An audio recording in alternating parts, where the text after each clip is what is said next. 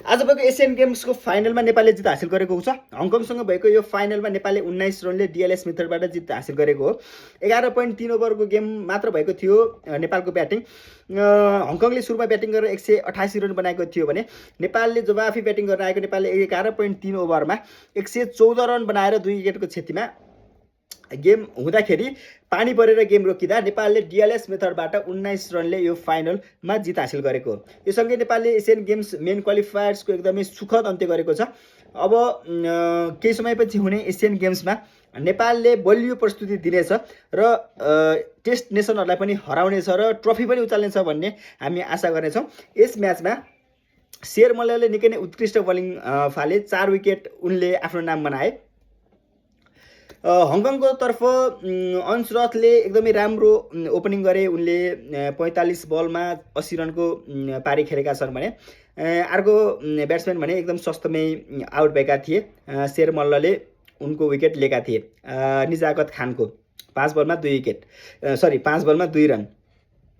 त्यसपछि आएका बाबर आयतले खाता खोल्न सकेनन्। शिव माथुरले 26 रन बनाए।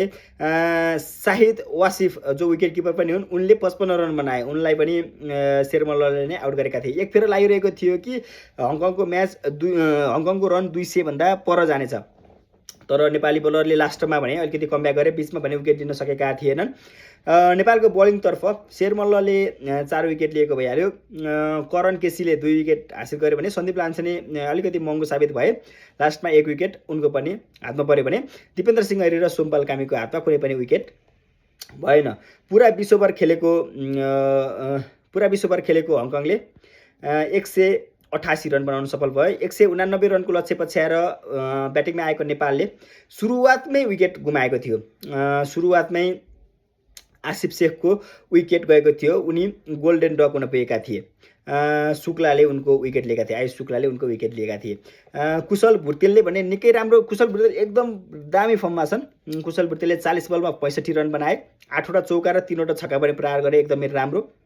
रोहित पौडेलले सुरुवात पनि एकदम अलि स्लो गरेका थिए। सुरुमा विकेट जाने बित्तिकै आएका भएर पनि हुनसक्छ। रोहित पौडेलले स्लो स्टार्ट गरे पनि पछि भने 3वटा चौका र एउटा छक्का हानेर 24 बलमा 35 रन बनाएर उनी नट आउट रहे। दिपेन्द्र सिंह ऐरी कुशल भुर्तेल आउट भएपछि आएका थिए। उनले सिर्फ 4 बल खेल्न पाए भने उनले एउटा चौकासहित 9 रन बनाउन पुगे। त्यसपछिको ब्याटिङ अर्डर पनि नेपालको राम्रै थियो। कुशल मल्ल, सन्दीप जोहरा, लोकेश बम, करण केसीसम्मले पनि अलिअलि हिट हान्न सकिहाल्छन् है त। यो सँगसँगै आजको म्याच भने निकै नै उत्कृष्ट भयो नेपालको पर्सपेक्टिभबाट र डिएल मेथडबाट फाइनली हामीले पनि कुनै म्याच जित्यौँ। रमाइलो भइरहेको छ।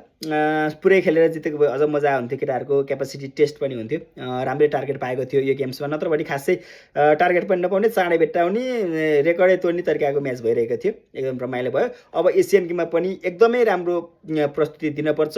दिपेन्द्र सिंह ऐरीको क्याप्टेन्सीमा हामीले फर्स्ट बिग ट्रफी उचाल्नपर्छ। यो सँगसँगै आजको भिडियो यहीँ बन्द गरिदिन्छु। हस्त धन्यवाद। फलो गर्नु होला है त। हस्त धन्यवाद।